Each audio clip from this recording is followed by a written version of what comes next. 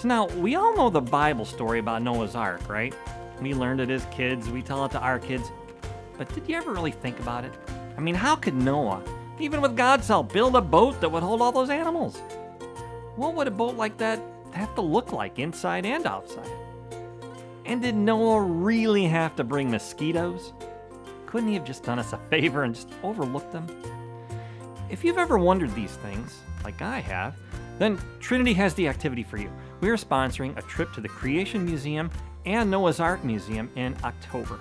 This will also be an excellent information that you can use in the Explore God campaign.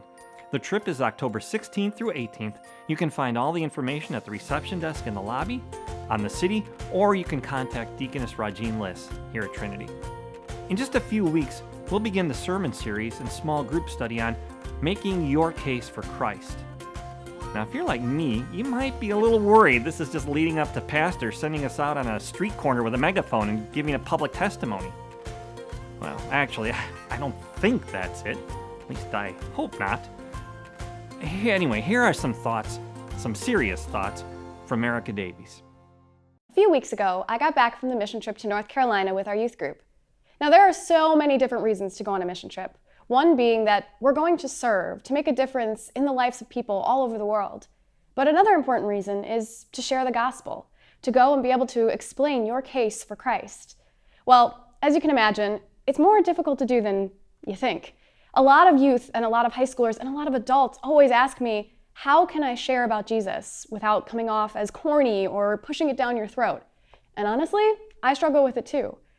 But while we were on the mission trip, I got to serve. I had the immense privilege of serving with our resident Rosetta. Rosetta was so hospitable to us all week long, and she opened up and shared her life story with us as we got to share ours.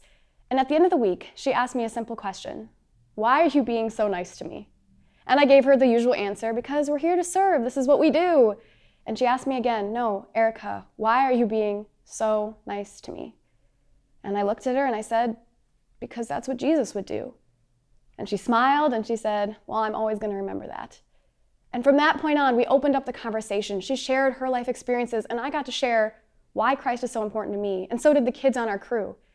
And I think sometimes we make it so difficult to share our faith, but really it's just opening up with the story and serving people with love. And that lets the Holy Spirit do all the rest.